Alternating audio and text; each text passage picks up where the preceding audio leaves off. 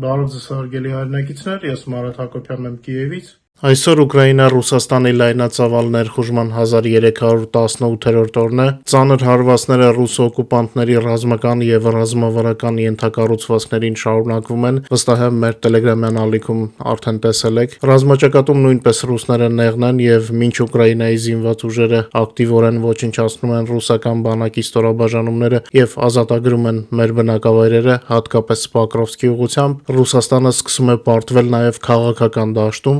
Ռազմական պարտությունների ֆոնին Մոսկվայի և Չեչնիայի միջև լարումները աճում են, ռուսական իշխանությունների փորձը քննադատելու Կադիրովի քաղաքականությունը բախվեց կոշտ պատասխանի, ուղեկցված հիշեցումներով չեչենական պատերազմների մասին։ Վերլուծաբանների գնահատմամբ այս հակասությունները կարող են վերածվել փոխադարձ հրապարակային հարձակումների, ինչը միայն կխորացնի քաղաքական անկայունությունը Ռուսաստանում։ Սա հարված է դաշնային ինստիտուտների հեղինակությանը, ներքին պառակտում, որն արագ սրում է հանրային տրամադրությունները և մոբիլիզացնում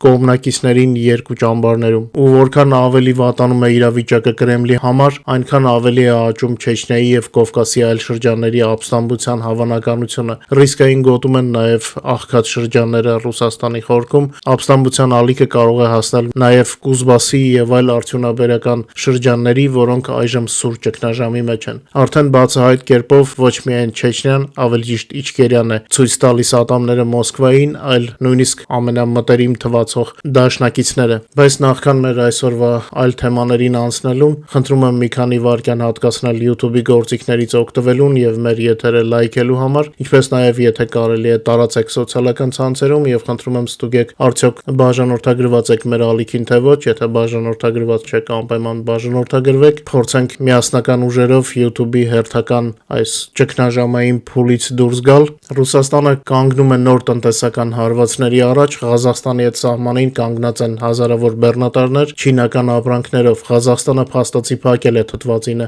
ռուսական ռազմաարդյունաբերության համար, որոշ փոխադրողներ խուճապահար փորձում են բեռները վերաուղղել այլ ճանապարհներով, Չինաստան, Մոնղոլիա, Ռուսաստան, բայց այդ երթուղին ավելի երկար է, ավելի թանկ և միևնույն է պարունակում է մաքսային ստուգումների ռիսկ։ Եվ ի հավելումն վառելիքի ճգնաժամը, որը տարածվում է նորանոր շրջանների վրա և էլ ավելի է ճնշում ռուսական տնտեսությանը, սա էլ նույնպես իր քաղաքական հետևանքներն ունի։ Պաշտոնյաները այլևս ի վիճակի չեն թաքցնելու խնդրի իրական մասշտաբները, դաշնային հակամենաշնորհային ծառայությունը արդեն սկսել է նախազգուշացումներ հղել երկրի տարածքում գործող բենզալցակայաններին կապված իրենց ձևակերպմամբ անարդարացի գնաճի հետ։ Թվում է, թե Պուտինը հայտնվել է փակ շղթայի մեջ, բայց չշտապենք եզրակացություններ անել, սպասենք ինչպես կզարգանան իրադարձությունները։ Այն, որ նա ստիպված եղավ որոշ մեսիջներ հրապարակայնորեն հղել, սա խոսում է, որ Կրեմլը իրեն լուրջ ընկճված է զգում և փորձում է ինչ-որ կերպ դիմակայել, բայց ցանկացած դիմակայման փորձ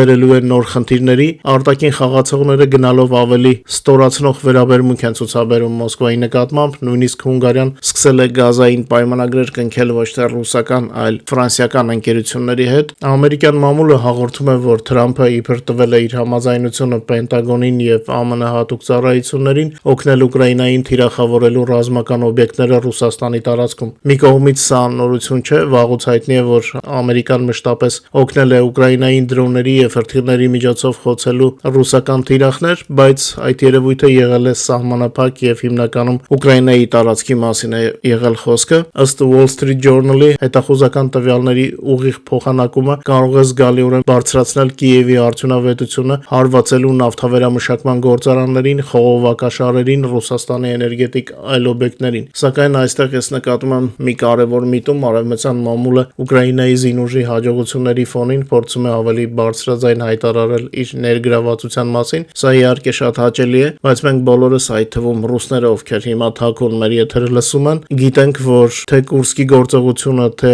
հարվածները Ռուսաստանի խորքում Ուկրաինան սկսել է ինքնուրույն, ինչպես և 22 և 23 թվականների տեղի ունեցած բազմաթիվ հաջող ռազմաճակատի խոշոր գործողությունները, սա հենց ուկրաինական դրոններն ու հրթիռներն են, որոնք սկսել են խոցել թիրախներ Մոսկվայից մինչև Ուրալյան լեռներ, եւ հենց դրանից հետո է Թրամփի վարչակազմը սկսել ավելի ակտիվ քաղաքականություն վարել Ուկրաինայի ուղղությամբ։ Իհարկե, մեր եվրոպական գործընկերների օգնությունը Թրամփին մտափոխելու հարցում նույնպես չենք մոռանում եւ շատ գնահատում ենք եւ շատ շնորհակալ ենք, իսկ հարվածները դեռ շարունակվելու են։ Ուկրաինան կտրուկ ուժեղացրել է անօդաչու համակարգերի ուժերը, մի շարք ստորաբաժանումներ արդեն վերածվել են առանձին բրիգադների, իսկ լեգենդար Մադյարի թռչունները կրկնապատկվել են։ Իսկ դա նշանակում է, որ նոր անխնահարվածները Ռուսաստանի տարածքում իրենց սպասեցնել չեն տա։ Բացի այդ, Կիևը բացահայտ հայտարարում է, եթե ռուսական բանակը շարունակի հարվածել Ուկրաինայի էներգետիկ համակարգին, ապա Ուկրաինայի զինուժը պատրաստ է Ռուսաստանի համար ստեղծել էներգետիկ կոլապս։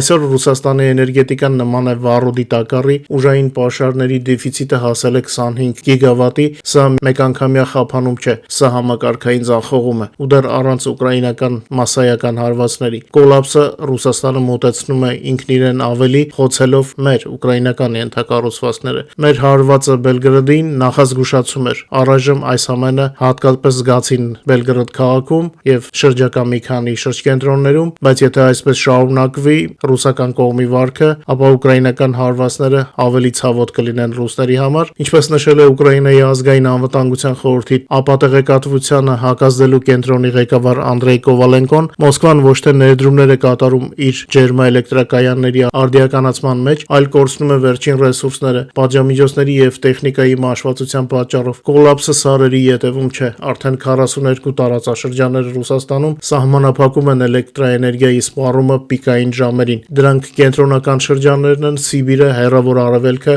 ամենուր զգացվում է էներգետիկ քաղց, եւ սա դեռ առանց Ուկրաինայի կողմից մասսայական հարվածների։ Պատժամիջոցները արդեն լուրջ հարված են հասցրել Ռուսաստանին, պահուստներ չկան, ենթակառուցվածքը քայքայվում է, իրավիճակից դուրս գալու ծրագիր չկա։ Իսկ Պուտինը շարունակում է հարվածել Ուկրաինային իր իսկ բնակչության համար, կարծես երաշխավորելով ցուրտ ու մութ ձմեռ, բայց մենք այլևս չենք հանդուրժելու, ասել է Կովալենկոն, հավելելով, որ այսօր Պուտինի համար առաջնային խնդիրը փրկել միայն Մոսկվան, եւ այդ նպատակի համար նա պատրաստ է զոհել մնացած բոլոր տարածաշրջանները։ Բայց սա դեռ բոլոր խնդիրները չեն։ Ռուսաստանի ռազմական վերլուծաբան պրոֆեսոր Մայքլ Կլարկի կարծիքով Ուկրաինան դեռ կարող է պահուստում ունենալ որոշակի անակնկալներ ու ձմռան գալստից առաջ հնարավոր են ոչ կանխատեսելի ռազմական գործողություններ։ Այս մասին Կլարկը հայտարարել է Sky News-ին տված մեկնաբանության մեջ։ Նրա խոսքով, թեև ամսվա վերջում եղանակը կդառնա ցուրտ, խոնավ եւ ձնառատ, ուկրաինացիները, ինչպես ինքն է նշում, սիրում են անակնկալներ մատուցել։ Կլարկը շեշտում է, որ նման գործողությունները ազդում են ոչ միայն ռուսների վրա, այլև փոխում են արևմուտքի ընկալումը կապված ուկրաինական իրողությունների հետ։ Վերլուծաբանի կարծիքով վերջին հարձակումները, որոնք Ուկրաինան իրականացրել է մի շարք ռադիոլոկացիոն կայանների եւ հակաօդային պաշտպանության համակարգերի վրա, մասնավորապես Ղրիմում, կարող են լինել մաս ավելի խոշոր գործողության նախապատրաստման։ Մեջբերեմ, դուք կարող եք բացել ճեղք հակաօդային պաշտպանության մեջ եւ հետո ցանկանալ այդ ճեղքում տեղադրել որևէ այլ բան, ավելի արժեքավոր մի բան, բացատրում է Կլարկը։ Նա չի բացառում, որ դա կարող է լինել մեծածավալ հարձակում Ղրիմում, օրինակ օդային հարված կամ ծովային դեսանտ, որևէ ուղղությամբ շփոթեցնելու ռուսներին։ Բացի այդ, հաշվի առնելով Ուկրաինայի ունեցած հնարավորությունները խոր թիրախային հարվածների տեսանկյունից, Կլարկը հավելում է, որ նույնիսկ հարվածը Կերչի կամրջին, որը կապում է Ղրիմը Ռուսաստանի հետ, բացարձակ պետք չէ բացառել։ Նկատում եք, չէ, ինչպես է փոխվում արևմուտքում տոնայնությունը։ Կարծես մեզանից շատ են ոգևորվում։ Թուրքիայի էներգետիկայի նախարար Ալփարսան Բայրակթարը հաստատել է, որ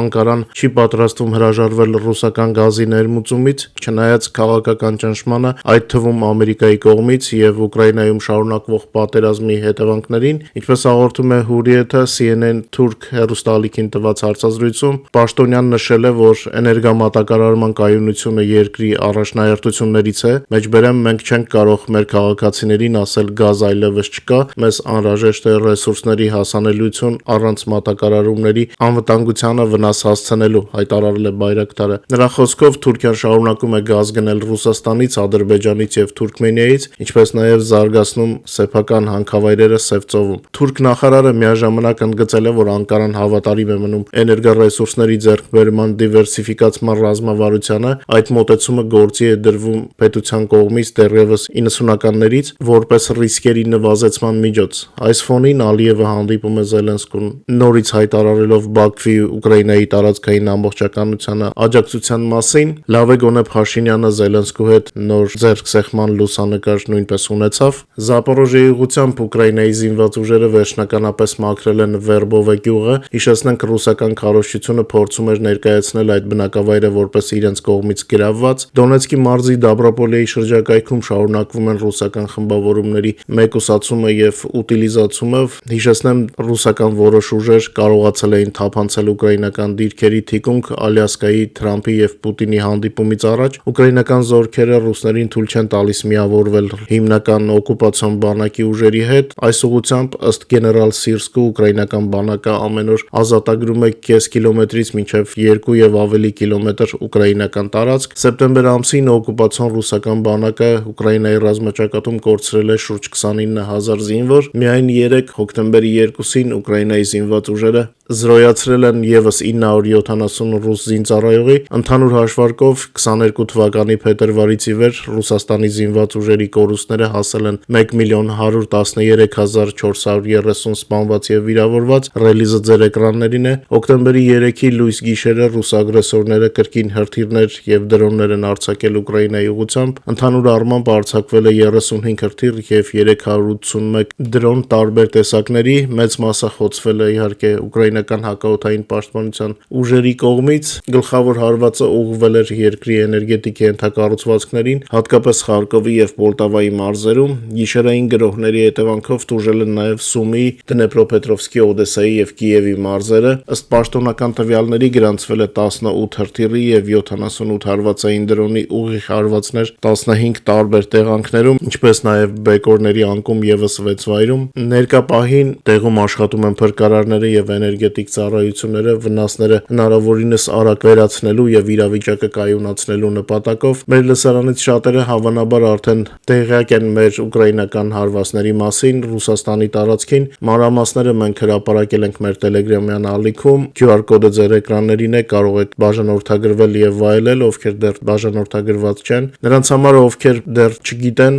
ասեմ, որ ուկրաինական բարի դրոնները հարվածել են ռուսական Օրսկ քաղաքի նավթավերամշակման գործարանին, որը գտնվում է Օրենբուրգի մարզում ավելի քան 1400 կիլոմետր հեռու Ուկրաինայի պետական սահմանից։ Հիշեցնենք, ուկրաինական դրոնների հարվածները Ռուսաստանի նավթային շուկայում առաջացրել են աննախադեպ ճգնաժամ։ Ըստ հրապարակված տվյալների, նավթավերամշակվող գործարանները սեպտեմբերի դրությամբ արդեն կորցրել են իրենց հզորությունների 38%-ը, իսկ բենզինի արտադրությունը կրճատվել է 1 միլիոն տոննայով։ Ներքին շուկայում արձանագրվել է մոտ 20%-անոց դեֆիցիտ այս պահին։ Բացի այդ, ուկրաինական դրոնները հարվածել են նաև քիմիական գործարանի Ռուսաստանի Պերմի երկրամասում, խոսքը ազոտ գործարանի մասին է, Ուրալխիմ ընկերության։ Գործարանը գտնվում է Բերեզնիկի քաղաքում, ավելի քան 1500 կիլոմետր հեռու Ուկրաինայի սահմանից։ Այսքանն էի նախատեսել այսօրվա ուրբաթ օրվա թողարկման համար։ Խնդրում եմ չմոռանաք լայքել մեր տեսանյութը եւ տարածել այն սոցիալական ցանցերում։ Ցանկանում եմ ձեզ հաճելի հանգստյան օրեր, իսկ ավելի բարձր տրամադրության համար հիշեցնեմ, ցանկացած պահի կարող եք դիտել ոգեշնչող կադրեր մեր Telegram-յան ալիքում։ Մինչ նոր հանդիպում, բարեկամներ։